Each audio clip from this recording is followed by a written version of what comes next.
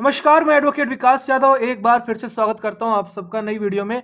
देखिए, अभी जैसा आपका एग्ज़ाम होने जा रहा है मार्च में, आपका 11 मार्च से एग्ज़ाम शुरू हो जाएंगे, तो थोड़ा सा एक बार देख लेते हैं ना, क्योंकि कुछ बच्चे क्या पता first time CBT mode exam दे रहे हो, कोई आइडिया नहीं है।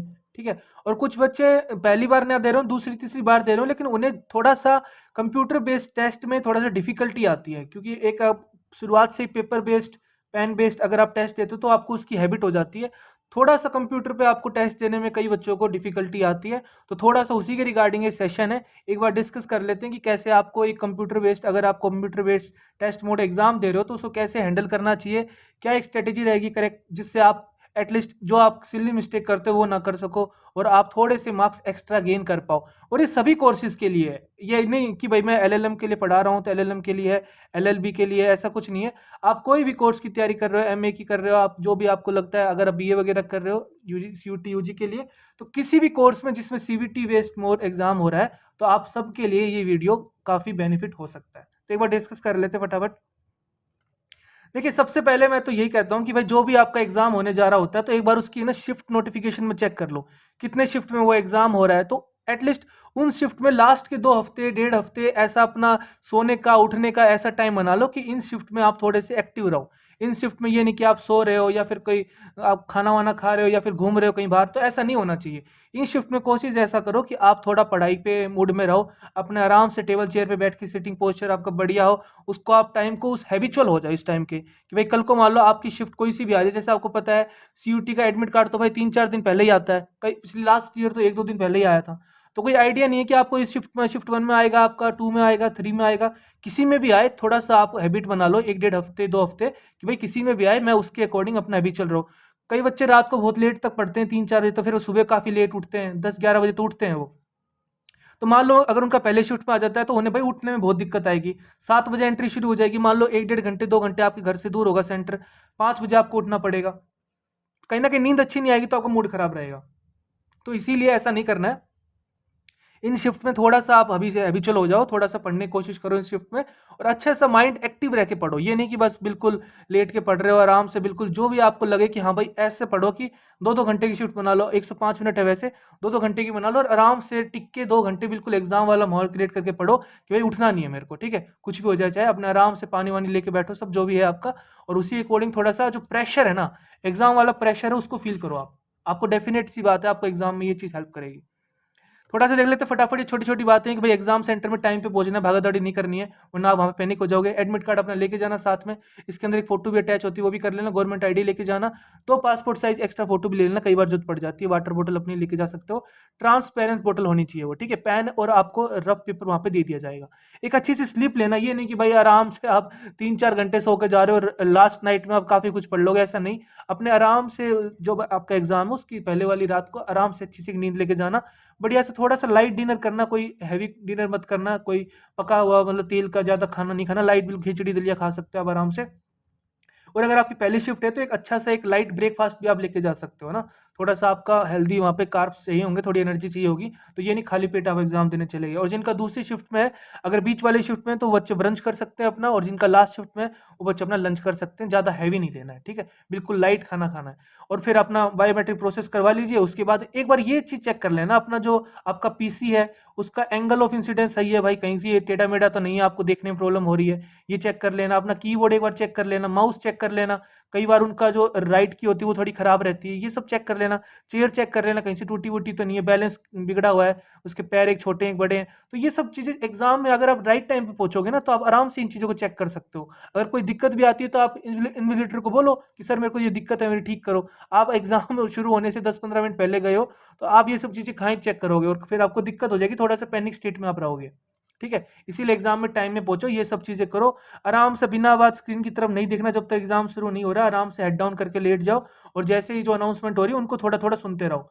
और जो अब आराम में बिल्कुल काम रह के एग्जाम देना है, ठीक है। ये नहीं कि भाई जिंदगी का मेरा आखिरी एग्जाम है तो ये तो आर या पार वाली लड़ाई है, ऐसा कुछ नहीं। बिल्कुल काम होके, बिल्कुल भी स्ट्रेस नहीं होना चाहिए आपको, स्ट्रेस लेवल बिल्कुल जीरो होना चाहिए आपका, ठीक है। कॉन्फिडेंस हाई होना चाहिए बस। उसके बाद अपना बीच बीच में आपके साइन या थंब इंप्रेशन वाले अटेंडेंस शीट पे करेंगे, तो आप वो भी अपना देखना कि आपने वो किया या नहीं किया। उसके बाद जब एग्ज़ाम शुरू होना होगा 10-15-20 मिनट पहले आप अपना थोड़ा-सा फिर उस टाइम अपना फेस वॉश करिए, वॉशरूम में जाके थोड़ा-सा रिफ्रेश होइए और हाँ, भई अब आपका माइंड बिल्कुल, बिल्कुल सेंटर होना चाहिए कि हाँ भाई अब मैं रेडी हूँ। अब बिल्कुल, बिल्कुल ऐसी फ़ॉर्म में आ जाओ कि हाँ, अब मेरे को देखना है जो भी क्वेश्चन आएगा मेरे सामने, मैं उसको फटाफट कर दूँगा। कोई भी ऐसा नहीं आएगा, ठीक है? तो ऐसा आपको पॉज़िटिव वे में अप्रोच लेना है, ये नहीं कि बस भागा-दौड़ी में गए, कुछ भी चेक नहीं किया, पसीने आ रहे हैं, गर्मी का टाइम है, बस ऐसे ही भागा-दौड़ी में चेक कर रहे हो, साँस फूल रहा है आपका। काफ़ी बच्चे हमने देखे हैं ऐसे लेट आते हैं वो। तो ऐसा बिल्कुल नहीं करना है, बिल्कुल सब चीज़ें पहले से अरेंज करके चलनी है आपको, क्योंकि ये एग्ज़ाम के जो आपके 105 मिनट हैं, यही डिसाइड करेंगे कि इस बच्चे की कितनी अच्छी परफ़ॉर्मेंस है। आपने चाहे पूरी साल कितनी पढ़ाई करी हो, अगर यहाँ पे आप थोड़ा-सा लैग कर गए, घबरा गए, तो आपका पूरा पेपर खराब हो जाएगा। तो ये चीज़ ध्यान रखनी है, ठीक है? थोड़ा-सा देख लेते हैं। देखिए, इस टाइप के क्वेश्चन स्टेटस आपको पेपर में स्क्रीन में आपको देखने को मिलेंगे। ये अगर व्हाइट है, इसका मतलब आपने उस क्वेश्चन को देखा भी नहीं है अभी तक, ठीक है? अटेम्प्ट भी नहीं किया, विजिट नहीं किया, इसे विजिट नहीं किया। और अगर रेड है, तो इसका मतलब आपने उस क्वेश्चन को देख लिया, लेकिन आपने उसको मार्क नहीं किया। अटेम्प्ट मतलब आपने ना तो उसको आंसर टिक किया, ना ही उसको रिव्यू के लिए किया है। कोई भी आपने काम नहीं किया, तो वो ऑटोमेटिक रेड हो जाएगा। ये ऐसे क्वेश्चन होंगे ग्रीन कलर वाले जिनको आपने मार्क कर दिया है, ठीक है? आपने ऑप्शन चूज़ कर लिया है एंड सेव एंड नेक्स्ट कर दिया आपने, ठीक है? और ये ऐसे होंगे जहाँ पे आपको डाउट है कि भाई मैं इनको बाद में अटेम्प्ट करूंगा, लेटर अटेम्प्ट करूंगा, तो फिलहाल आप ऐसे क्वेश्चन को क्या कर सकते हो, मार्क फॉर रिव्यू कर सकते हो आप इन ऐसे क्वेश्चन को कि भाई बाद में मैं इनको देखूंगा, क्योंकि ये क्वेश्चन मेरे से हो सकते हैं, लेकिन मुझे काम एंड कंपोज्ड वे में इनको करना पड़ेगा, यानी मुझे थोड़ा सा टाइम चाहिएगा एक्स्ट्रा। शुरुआत में मैं करूंगा तो कहीं मेरा पेपर ना छूट जाए, कहीं मैं पैनिक ना कर जाऊं कि भाई मेरा एक क्वेश्चन में 3-4 मिनट लग गए। तो ऐसे ये वो क्वेश्चन होते हैं कि आप बाद में कर सकते हो। तो मैं ये वाला जो लास्ट वाला पार्ट है ना, ये मैं यूज नहीं करता हूँ। मैं बस ये वाली चीज़ को इसी में यूज करता हूँ कि भाई इस चीज़ को मार्क क्यों करना, फिर मार्क मत मार्क करके और फिर पर्पल क्यों करना। सिंपल सा, आप अगर किसी में थोड़ा सा भी आपको डाउट है और आपको लग रहा है ये मैं कर सकता हूँ, तो इसको बस केवल पर्पल मार्क करो, मार्क फॉर रिव्यू करो और आगे बढ़ो, ठीक है?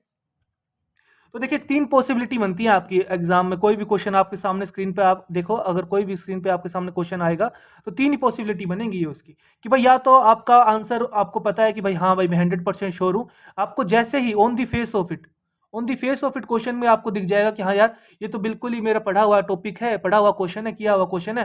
फटाफट आपने क्वेश्चन पढ़ा, आपको ABCD आंसर दिखे, तुरंत घंटी बजेगी दिल में कि हाँ भाई इसका आंसर बी है, ठीक है? तो ज्यादा सोचना है ही नहीं। तो ये वो वाले क्वेश्चन होंगे। तो इस फेज में आपको, जैसे अभी हम एग्जाम को 3 पार्ट में कवर करेंगे, तो जो फर्स्ट फेज होगी आपकी, उसमें आपको ऐसे ही क्वेश्चन करने हैं, ज़्यादा आपको सोचना ना पड़े, ज़्यादा क्वेश्चन को टाइम ना देना पड़े। जो चीज़ें पढ़ी हैं फटाफट ध्यान में आ रही हैं, तो उसको मार्क करो और आगे बढ़ो, सेव एंड नेक्स्ट कर दो, और ऐसे क्वेश्चन आपके ग्रीन कलर के हो जाएंगे, ठीक है? और एक क्वेश्चन की टाइप आपको ऐसी मिलेगी, सेकंड टाइप, जिसमें आप 100% श्योर नहीं हो, लेकिन आपको ये पता है कि हाँ भाई ये कंसेप्ट मैंने पढ़ा हुआ है। आपने वो कंसेप्ट पढ़ा हुआ है, लेकिन थोड़ा सा एग्जामिनर ने फ्रेमिंग ऑफ क्वेश्चन थोड़ा सा डिफरेंट कर दिया, थोड़ा सा उसको हार्ड बना दिया। तो कोई नहीं, अगर आप इसको थोड़ा सा एलिमिनेशन टेक्निक अपनाओगे या दोबारा से रीड करोगे, काम एंड कंपोज्ड होके इसको पढ़ोगे, तो शायद क्या पता आप इसको कर दोगे। तो ऐसे क्वेश्चंस को आपको पर्पल में रखना है, यही गेम चेंजर है आपका। क्योंकि बच्चों को यही नहीं पता होता कि कौन से क्वेश्चन हमें पर्पल में रखने हैं, कौन से नहीं रखने हैं। देखिए, एग्जाम ये आपका CBT मोड वाला एग्जाम है, आपका पेपर वाला एग्जाम नहीं है कि आपको मान लो क्वेश्चन नंबर 20 नहीं आया तो आपने इस पे गोला लगा दिया कि मैं इसको बाद में देखूंगा। अपन ऐसे ही तो करते हैं, जो क्वेश्चन हमें लगता है कि इसको मैं कर सकता हूं, तो उस पर गोला लगा देते हैं और उसको बाद में चेक करते हैं, अगर पेपर बेस्ड पेन बेस्ड आप एग्जाम दे रहे हो। लेकिन ये आपका कंप्यूटर बेस्ड एग्जाम है, इसमें आपको यही नहीं पता होगा कि भाई मेरे को 25 देखना था या 24 देखना था। तो आपको वो मार्क करने के लिए आपको ऐसे क्वेश्चन को, जिसको आपको लगता है कि बाद में मैं इनको आराम से अटेम्प्ट करूंगा तो मैं इनको कर लूंगा, तो ऐसे क्वेश्चन को आपको पर्पल मार्क कर देना है, ताकि भाई लास्ट में जब हम सेकंड फेज करेंगे, जैसे हम सेकंड फेज करेंगे, तब हम इन क्वेश्चन को उठा लेंगे और फटाफट चेक कर देंगे। अगर आप नहीं करोगे तो आपके केवल दो ही कलर दिखेंगे, एक तो ग्रीन और एक आपका रेड, तो आपको हर एक क्वेश्चन दोबारा क्लिक करके देखना पड़ेगा, तो वो ऐसा नहीं करना। और एक जो थर्ड क्वेश्चन है वो ऐसे हैं आपके कि ना ही तो आपने कंसेप्ट पढ़ा है, कंसेप्ट भी नहीं पढ़ा है आपने, और ना ही आप कोई एलिमिनेशन टेक्निक लगा पा रहे हो उसके अंदर। तो ये ऐसे क्वेश्चन है बिल्कुल नील बट्टे सन्नाटा वाले क्वेश्चन, आपको जीरो इनके बारे में नॉलेज है और कोई ज्यादा आप ऑप्शन से भी हेल्प नहीं ले पा रहे हो कि हाँ भाई कैसे ना कैसे मैं इसको कर पाऊं। तो ये थर्ड वाली कैटेगरी में क्वेश्चन आएंगे आपको। और ये ऐसे क्वेश्चन है कि आपको इनको करने का, कुछ कलर चेंज करने का मतलब ही नहीं है, ऑटोमेटिक अगर आप इनको क्या करोगे, अगर मार्क नहीं करोगे तो ऑटोमेटिक ये क्या हो जाएंगे, और ना ही आप इनको अगर मार्क फॉर रिव्यू करोगे, ना ही पर्पल कलर वाला काम करोगे, ना ही ग्रीन कलर वाला काम करोगे, तो ये ऑटोमेटिक ही रेड कलर में कन्वर्ट हो जाएंगे। तो इन क्वेश्चंस को उन कैटेगरी में रखना है आपको, ठीक है? तो अब देख लेते हैं कि भाई एग्जाम को आपको 3 पार्ट्स में कवर करना है, ठीक है? कभी भी किसी भी एग्जाम को एक, ये नहीं कि 105 मिनट का टाइम है तो शुरुआत से लेके बस पहले मिनट से लेके आपके लास्ट मिनट तक आप यही क्वेश्चंस करते जा रहे हो। एग्जाम को 2-3 पार्ट्स में करना पड़ता है, ठीक है? ऐसे साइकिल में करते हो एग्जाम, तो शायद आपके चांसेस अच्छे होते हैं कि आप अच्छा बेनिफिट उससे ले पाओ। देखो शुरुआत के जो 45 मिनट है, मैंने आपके जो 45 मिनट्स हैं वो 3 मिनट में बांट दिए हैं, 3 पार्ट्स में बांट दिए हैं, 45, 35 और 25। ठीक है, तो शुरुआत के जो 45 मिनट्स है उसमें आपको क्या करना है कि 1 से लेकर 75 क्वेश्चन, 1 से लेकर 75 क्वेश्चन आपको सारे पढ़ लेने हैं। इतनी स्पीड में आपको ये काम करना है। ये आपका रैपिड राउंड है। ठीक है, रैपिड राउंड है, जो चीज़ आपको आती है बस उसी को ही छेड़ना है, ज़्यादा कुछ इसमें डीपली इन्वॉल्व होकर चीज़ों को नहीं पढ़ना। आती है तो ठीक है, नहीं आती है तो उसको आगे बढ़ो। अगर आपको लग रहा है कि इस क्वेश्चन को बाद में अटेम्प्ट कर सकता हूँ, तो side by side in questions में जिनको आपको लग रहा है कि बाद में मैं अगर इनको पढ़ूंगा काम एंड कंपोज हो गए, उनको पर्पल मार्क कर दो, यानी कि रिव्यू मार्क फॉर रिव्यू कर दो एंड नेक्स्ट कर दो। और आपको लग रहा है कि इसका आंसर यही होना चाहिए, यू आर 100% श्योर, तो भाई आप उसको सेव एंड नेक्स्ट करें, ग्रीन कलर में कन्वर्ट कर दो। बस इस काम में 45 मिनट में आपको यही काम करना है। 45 मिनट में 75 क्वेश्चन से गो थ्रू हो जाना है आपको, कि भाई कैसे ना कैसे करके मेरे को 45, थोड़ा सा ऊपर लगा लो, 2-3 मिनट ऊपर लगा लो, 50 मिनट लगा लो, लेकिन मोटा मोटा 45 मिनट है कि 45 मिनट में मुझे 75 क्वेश्चन टच करने हैं। और ये वही क्वेश्चन होंगे जो वेरी वेरी इजी क्वेश्चन होंगे या इजी क्वेश्चन होंगे। ठीक है, थोड़े से मॉडरेट टच मान लो आप, तो इन क्वेश्चन को करना इजी है। और किसी भी एग्जाम में आप मान के चलो कि 40%, 50%, 55%, 60% क्वेश्चन ऐसे ही आते हैं, इजी, थोड़े से मॉडरेट, वेरी इजी। तो ये क्वेश्चन आप आराम से निकाल सकते हो फटाफट इस कम टाइम में भी। ठीक है, तो आपको ये काम करना है। किन क्वेश्चंस को पर्पल रिव्यू करना है आपको, mark for review and next में करना है। जहां पे आपका को लग रहा है कि भाई कंसेप्ट फ्रेमिंग थोड़ी सी हार्ड है, बाकी मैंने कंसेप्ट पढ़ा हुआ है, एक तो ऐसे क्वेश्चन हो गए। दूसरा क्या है कि जहां पे आपको लग रहा है कि मैं आराम से इसको अटेम्प्ट करूंगा, रिलैक्स वे में करूंगा तो मैं इसको कर ले जाऊंगा, एक ऐसे क्वेश्चन को आपको पर्पल करना है। और जहां पे आपको लग रहा है कि 2-3 बार क्वेश्चन पढ़ूंगा तो शायद क्या पता मैं इसका रियल मीनिंग जान पाऊं, या फिर जहां पे आप एलिमिनेशन टेक्निक से 2 ऑप्शन एलिमिनेट कर पा रहे हो, 50% प्रोबेबिलिटी बन जाएगी, तो आप उन क्वेश्चन को पर्पल में करना, क्योंकि एलिमिनेशन करने में भी आपको टाइम कंज्यूम लगेगा। ठीक है, तो वो शुरुआत में नहीं करना है, इस 45 मिनट में नहीं करना है, वो 35 मिनट में करेंगे ऐसे क्वेश्चन। तो आप कई बार आप क्वेश्चन, थोड़ी सी लैंग्वेज हार्ड होती है इंग्लिश वाली, तो आप उसको जैसे आपने देखा होगा क्वेश्चन के जस्ट नीचे, जैसे आपने इंग्लिश चूज किया है, यहाँ पे एक एरो बना होगा, जैसे आप उसको टच करोगे तो वहाँ पे हिंदी लिखा आएगा। आप उस क्वेश्चन को फिर हिंदी में देख के भी कर सकते हो। और कुछ क्वेश्चन में लैंग्वेज जो होती है इंग्लिश की थोड़ी सी हार्ड होती है, हिंदी की हेल्प ले लोगे तो कोई आपका घाटा नहीं है इसमें। ठीक है, ले लिया करो, कुछ क्वेश्चन हो जाते हैं हिंदी में पढ़ने में समझ में आ जाते हैं आपको। ठीक है, तो ऐसा कुछ नहीं है कि भाई आपने हिंदी की हेल्प ले ली, तो ऐसा कुछ नहीं है, आप ले सकते हो आराम से, कोई भी परेशानी नहीं। काफी क्वेश्चन आप केवल और केवल लैंग्वेज की वजह से भी नहीं कर पाते और कंसेप्ट आपने पढ़ा होता है। ठीक है, तो जैसे ही आपके 45 मिनट्स कवर हो जाते हैं, आपका जो क्वेश्चन पैनल होगा, जैसे आपका यहाँ पे लिखा होगा क्वेश्चन पैनल, क्वेश्चन नंबर 1, 2, 3, 4, 5, 6 ऐसे लिखा होगा, तो आपके पैनल में केवल 3 ही कलर दिखने चाहिए, एक तो ग्रीन, पर्पल और रेड। ग्रीन वाले वो जिसमें आपने मार्क कर दिया और आप 100% श्योर हो, पर्पल वाले वो कि भाई आप थोड़ा सा बाद में अटेम्प्ट करोगे, रेड वाले वो जिनके आपको बारे में कोई जानकारी नहीं है ऐसे क्वेश्चन की। ठीक है, यानी व्हाइट नहीं होना चाहिए यहाँ पे। व्हाइट का मतलब क्या है कि आपने उस क्वेश्चन को विजिट ही नहीं किया है। तो ये बस एक बार वेरीफाई कर लेना कि 45 मिनट के बाद आपके ये 3 ही कलर दिखे। ठीक है, क्वेश्चन पैनल वाली स्क्रीन पे। अब इस 45 मिनट में आपने क्या क्या किया है, एक तो आपने, मैं इतना श्योर हूं कि कोई भी कोर्स ले लो आप, कोई भी कोर्स ले लो सीयूटी पीजी का, एटलीस्ट आप 30, 35, 40, 45 इतने क्वेश्चन निकाल लोगे इस 45 मिनट में। ठीक है, ये सारे इजी क्वेश्चन है, थोड़े से आपके मॉडरेट लेवल के मान लो या बिल्कुल वेरी इजी मान लो, 3-4 टाइप की कैटेगरी के ऐसे क्वेश्चन है कि हर एक बच्चा अगर थोड़ा भी उसने मेहनत किया है, 2 महीने पढ़ा है, 1 महीने पढ़ा है, या अपने ग्रेजुएशन में अच्छे से पढ़ा है, तो वो कर देता है इतने क्वेश्चन, 30 से 35, 40 क्वेश्चन खंगाल के निकाल लेता है वो 75 में से आराम से। ठीक है, तो वो आप निकाल सकते हो, तो उन क्वेश्चन को आपने ग्रीन मार्क कर ही दिया। और आपने साथ के साथ क्या किया था कि 15 से 20 क्वेश्चन आपको डेफिनेट से ऐसे मिलेंगे, इनका लेवल थोड़ा सा मॉडरेट होगा या थोड़ा सा डिफिकल्ट को टच कर रहे होंगे, बिल्कुल हार्ड वाले डिफिकल्टी की नहीं होंगे, मॉडरेट लेवल के क्वेश्चन होंगे जिनका आपको थोड़ा सा टाइम चाहिएगा। इन क्वेश्चंस के लिए टाइम चाहिएगा, टाइम कंज्यूमिंग क्वेश्चन होते हैं, शुरुआत में इनको नहीं छेड़ना होता है। तो ऐसे आपके 15 से 20 क्वेश्चन होंगे, तो ये इनको आपको पर्पल कलर में कर लेना है। तो शुरुआत के 45 मिनट में आपको बस इतना ही काम करना है। ठीक है, अब जो सेकंड 35 मिनट्स हैं आपकी, जो हमने बांटा था कि भाई 45, 35 और 25, तो जो सेकंड 35 मिनट है उसमें आपको जितने भी क्वेश्चन में आपने पर्पल मार्क किया था, जैसे 15 से 20, 25, 22 जो भी आपने किए थे, इन सारे क्वेश्चंस को करना है, इनको आपको ग्रीन में कन्वर्ट करना पड़ेगा।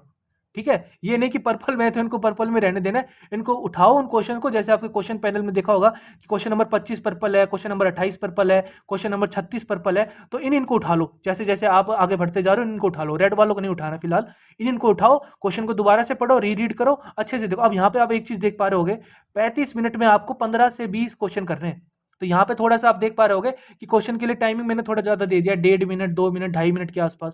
तो यहाँ पे आप क्वेश्चन को आराम से तसल्ली से पढ़ सकते हो और कर सकते हो। और एक चीज़ ध्यान रखना, जिन क्वेश्चंस में आप 100% श्योर भी थे ना, उनमें से भी देखो थोड़े चांसेस ऐसे होते हैं, जैसे मान लो आपने 35 से 40 क्वेश्चन किए, तो चांसेस ऐसे रहते हैं कि 3, 4, 5 क्वेश्चन गलत हो भी जाते हैं। ठीक है, हर कोई बच्चा 100% एक्यूरेसी के साथ नहीं रहता कि हाँ यार मैं 100% श्योर हूँ तो मेरे सही हो जाएंगे।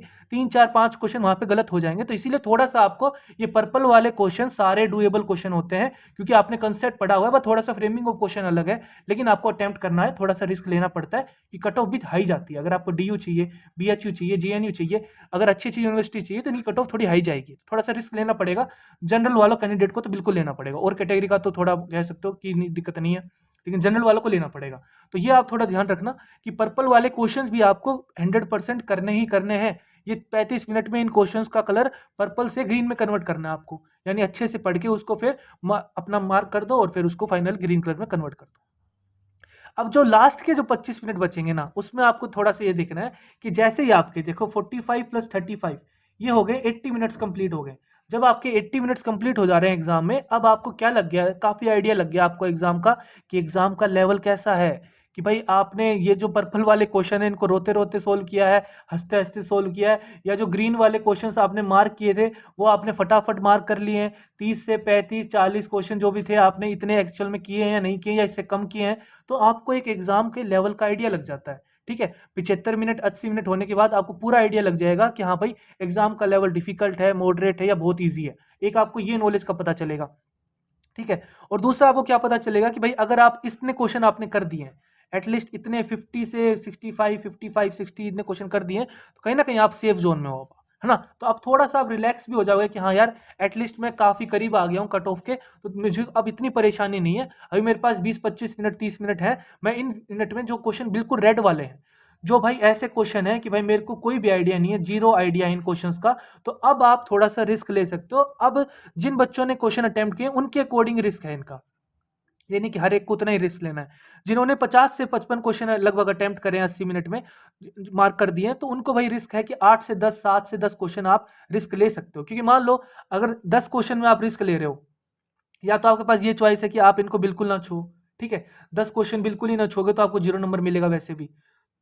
लेकिन सोचो कि अगर आप इन 10 क्वेश्चन में आप थोड़ा सा अपना कॉमन सेंस लगा के, तुक्का लगा के, या जिस तरीके से भी आप करके इनको मार्क कर देते हो 10 के 10 के, तो थोड़े से आप सोचो कि 10 में से 2 तो सही होंगे, 10 में से 2 तो सही हो ही सकते हैं, इतनी गंदी आपकी मतलब गैस वर्क नहीं होगा। 10 में से 2 डेफिनेटली हर एक बच्चे सही कर ही लेगा। तो 10 में से 2 सही होंगे तो एक क्वेश्चन के 4 मार्क्स हैं तो 8 नंबर हो गए, और आपका 8 8 माइनस भी करने पड़ेंगे, तो ये कितना हो गया, 8 आपने पॉजिटिव किया और 8 ही आपने नेगेटिव किया, तो ये 0 हो गया। यानी कि आपने अगर इसको अटेम्प्ट करोगे जब भी आपका कोई खास लॉस नहीं है, क्योंकि आप 10 में से 2 तो सही कर ही लोगे, और अगर आप इसको छोड़ोगे तब भी आपको 0 ही मिलेंगे। तो क्यों ना एक रिस्क लिया जाए। अब सोचो अगर आपकी किस्मत अच्छी थी, लक अच्छा था, तो 10 के क्या पता 3 सही हो जाए। 10 के 3 सही होंगे तो कितना मिलेगा आपको, 3 चौके 12 हो गए, और आपको 7 माइनस कर दो इसमें से नेगेटिव में, तो आपको 5 नंबर पॉजिटिव मिल गए। जो आपको कहीं 0 मिल रहे थे, 5 नंबर ऐसे मिल गए जो आप अगर छोड़ के आ रहे थे, बिल्कुल नॉलेज नहीं थी, तो 5 नंबर आपको मिल गए। और पता है आपको 5 नंबर से आप DU में इन हो सकते हो और आउट हो सकते हो। तो ये कहने का मतलब ये है कि इन क्वेश्चंस को भी आप रिस्क लेके करना, कोई भी है इसके अंदर कोई शर्म की बात नहीं है कि आप तुक्का लगा रहे हो या गैस वर्क से काम कर रहे हो, ऐसा कुछ नहीं है। एक एक नंबर, पॉइंट पॉइंट नंबर आपके लिए बहुत कीमती है। ठीक है, तो 10 में से 3 तो कर ही सकते हो यार, है ना। 3 नहीं तो चलो 2 ही मान लो, कुछ लॉस तो नहीं हुआ ना आपको, कोई क्या लॉस हुआ, अगर छोड़ रहे थे तब भी 0 मिल रहा था, अगर 2 अटेम्प्ट कर लोगे तो आराम से इतना नंबर मिल जाएगा आपको। ठीक है, तो मेरे अकॉर्डिंग ये है कि मान लो 10 के 3 हो गए आपके, 10 के 4 हो गए, तो सोचो और बेनिफिट मिलेगा आपको। तो इनका थोड़ा रिस्क ले लेना। जिसके 50 से 55 है वो 8 से 10 क्वेश्चन का रिस्क ले लेना, जिसने 55 से 60 किए वो 5 से 8 क्वेश्चन का रिस्क ले लेना, और जिसने 60 से 65 किए वो 3 से 5 क्वेश्चन का रिस्क ले सकते हो। कोई भी इसके अंदर दिक्कत आपको नहीं आने वाली, ज़्यादा आपको लॉस नहीं होगा, 1-2 नंबर का फायदा ही होगा। ठीक है, और वो काफ़ी अच्छी चीज़ है। अब मान लो कि किन बच्चों का अगर 80 मिनट के बाद 50 से 65 क्वेश्चन वो नहीं कर पाए हैं, ऐसे वही बच्चे हैं कि जिन्होंने थोड़ी सी पढ़ाई अच्छी नहीं करी है, थोड़ा सा उनका वीक प्रिपरेशन वाली स्टेज में रहे हैं, तो उन बच्चों को तो भैया रिस्क अब ज़्यादा लेना पड़ेगा। अगर उनका सपना DU है, BHU है, JNU है, अच्छी अच्छी यूनिवर्सिटीज़ हैं, जो भी उनका ड्रीम कॉलेज है, अगर उनका ड्रीम कॉलेज सपना है, तो भाई इतने नंबरों में तो कहाँ मिलेगा आपको ड्रीम कॉलेज, है ना। इतने क्वेश्चन में जनरल की बता रहा हूँ मैं, कहाँ मिलेगा आपको। तो भैया अब आपका एक ही काम है कि भाई थोड़ा सा आपको रिस्क ज़्यादा लेना पड़ेगा। हैव टू वर्ड यूज किया है मैंने, आपको तो रिस्क लेना ही पड़ेगा।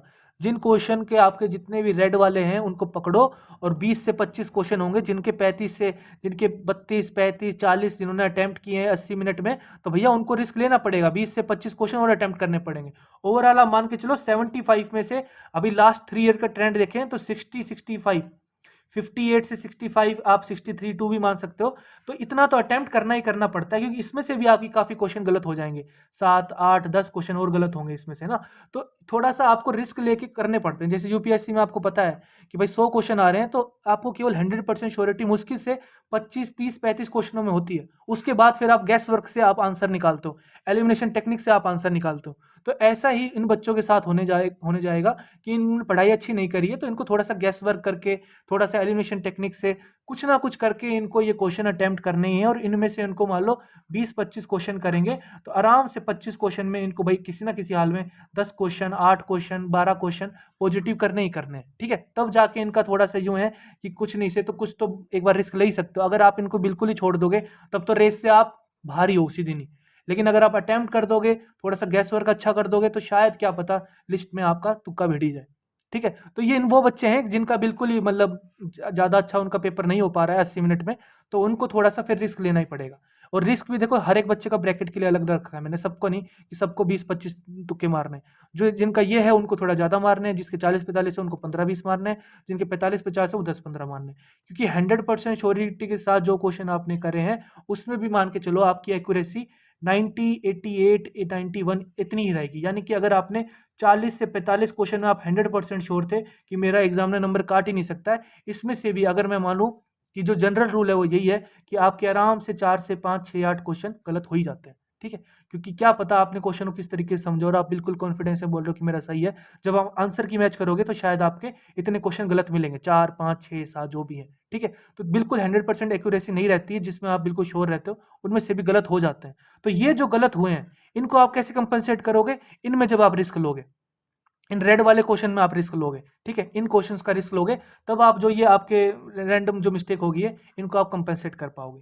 तो ओवरऑल थ्योरी यही है आपकी, overall moral of the story यही है कि अगर लास्ट 3 ईयर्स का हम प्रीवियस ईयर का ट्रेंड देखें, टॉप यूनिवर्सिटीज का ट्रेंड देखें, तो हर एक कोर्स में लगभग इतने गुड अटेम्प्ट्स हैं, ठीक है, 55 58 के आसपास, 65 62 63 के आसपास इतने अटेम्प्ट्स बनते हैं। लेकिन ये कोई फिक्स्ड रूल नहीं है, क्या पता इस बार आपका पेपर बहुत ज़्यादा हार्ड आ जाए, बहुत ज़्यादा हार्ड आ जाएगा तो ये थोड़ा सा डाउन हो जाएगा, 55 चला जाएगा, 55 से 60 62 आप मान के चलो इतना गुड स्कोर माना जाएगा, ठीक है। क्या पता बहुत ज़्यादा इजी आ जाए, इजी आ जाएगा तो आप मान के चलो 65 से 70 72 बच्चे लोग अटेम्प्ट करके आएंगे। तो ये सब आपका डिसीजन होगा, डिस्क्रिशनरी पावर जो मैंने आपको बोला है कि जैसे ही 80 मिनट कंप्लीट हो जाएंगे, 45 + 35 वाले 2 आप इस पार्ट्स को कवर कर लोगे, तो लास्ट के 25 मिनट में आपको यही देखना है कि आपका एग्जाम हार्ड है ईजी है, आप किस पोजीशन में। और ये वही बच्चा कर पाएगा जिस बच्चे ने भाई मेहनत करी है, जिस बच्चे ने 1.5-2 महीने प्रिपरेशन करी है, उसे ही तो पता चलेगा कि क्वेश्चन किस तरीके से पूछे जा रहे हैं, क्वेश्चन आसान वाले पूछे जा रहे हैं, हार्ड वाले पूछे जा रहे हैं, या क्वेश्चन रिपीट हो रहे हैं नहीं हो रहे हैं। ये सब बच्चा उसी को पता होगा जिसने मेहनत करी है। बाकी ये नहीं कि आप सीधा मुंह धो के आप एग्जाम देने चले गए, ठीक है, उस बच्चे को तो कोई आइडिया नहीं लगेगा, वो तो बस अकड़ बकड़ में वो करके अपना आंसर मार्क करेगा। तो उस बच्चे के लिए नहीं कह रहा मैं, जो बच्चे जेन्युइन सीरियस बच्चे हैं, अच्छे इंस्टीट्यूट में जाना चाह रहे हैं, वो बच्चे अपनी खुद की डिस्क्रिशनरी पावर से डिसाइड करना कि गुड अटेम्प्ट्स क्या बनेंगे। हमने बस केवल लास्ट 3 ईयर्स के अकॉर्डिंग देखा है ये गुड अटेम्प्ट्स हो सकते हैं, लेकिन आप अपना खुद से डिसाइड करना पेपर का लेवल क्या है, ठीक है। इसीलिए मैंने बोला है, लास्ट में नोट बोल दिया कि आप खुद डिसाइड करना, क्योंकि आप एग्जाम देने जाओगे, ना कि आपका टीचर एजुकेटर एग्जाम देने जाएगा। तो ये आप डिसाइड करना, जिस बच्चे ने 1.5-2 महीने मेहनत करी है वो अच्छे से डिसाइड कर पाएगा कि लेवल ऑफ द पेपर क्या है, ठीक है। तो ये आपका पूरा सिनारियो है। इस तरीके से अगर आप सीबीटी मोड का एग्जाम आप देते हो तो डेफिनेट सी बात है आपके कुछ मार्क्स इंक्रीज होंगे, कुछ मार्क्स इंक्रीज होंगे, कुछ ना कुछ चीज़ आप यहाँ से गेन कर पाओगे। और बहुत अच्छी टेक्निक है ये, अगर सीबीटी मोड की बता दूँ तो मैं आपको, ठीक है। पेपर बेस्ड में तो चलो ठीक है, आपको जो क्वेश्चन नहीं आ रहा आपने वो गोला लगा दिया, और फटाफट जब आपका टाइम खत्म होने को आया लगभग, आपने लास्ट के कुछ आधे घंटे में 30 मिनट में जो जो क्वेश्चन गोले वाले थे उनको फटाफट एक बार और देख लिया और अपना मार्क कर दिया। यहाँ पे थोड़ा सा बार बार आपको स्क्रीन को देखना पड़ता है, कलर कम्बिनेशन पर देखना पड़ता है, ठीक है। रिव्यू में कौन से क्वेश्चन रखे हैं, रेड में कौन, कई बार ऐसा होता है कि बच्चा या क्लिक कर देता है, सेव एंड नेक्स्ट नहीं करता उसको, ठीक है, पता चला कि मेरे तो सारे क्वेश्चन ही रेड रह गए। तो ये सब गलतियां नहीं करनी है, इन चीज़ों का ध्यान रखना है। अगर आपको बिल्कुल ही लग रहा है कि मैं सीबीटी में थोड़ी मेरी प्रैक्टिस कम है, तो मॉक टेस्ट ज्वाइन करिए, ठीक है, मॉक टेस्ट दीजिए, उससे क्या है कि आपका डर निकल जाएगा, ठीक है। हर बच्चे का अलग-अलग सिनेरियो हो सकता है, तो इसीलिए ये भी जो पूरा मैंने सेशन रखा है, पूरा एक जनरल सेशन रखा है कि किसी बच्चे को अगर बिल्कुल भी मतलब कोई आइडिया नहीं था कंप्यूटर बेस्ड एग्जाम का, तो आज के बाद उसको कोई परेशानी नहीं आनी चाहिए। अगर अभी भी आपका कोई डाउट है, तो आप कमेंट में मुझसे पूछ सकते हो, या मेरा जो पर्सनल व्हाट्सएप नंबर है, आप उस पे भी बात कर सकते हो कि सर मेरे को ये दिक्कत है, क्या इस दिक्कत को मैं कैसे सोल्व कर सकता हूँ? काइंडली हेल्प मी, ठीक है? 9350145947 आप आराम से व्हाट्सएप कर देना, कोई भी परेशानी नहीं है। मैं जब भी फ्री होऊँगा विदिन 24 आपकी क्वेरी का रिप्लाई कर दिया जाएगा, ठीक है? ऐसी कोई दिक्कत नहीं है, ठीक है? तो अभी खुश रहिए, मुस्कुराते रहिए, देश का ख्याल रखिए। जय हिंद।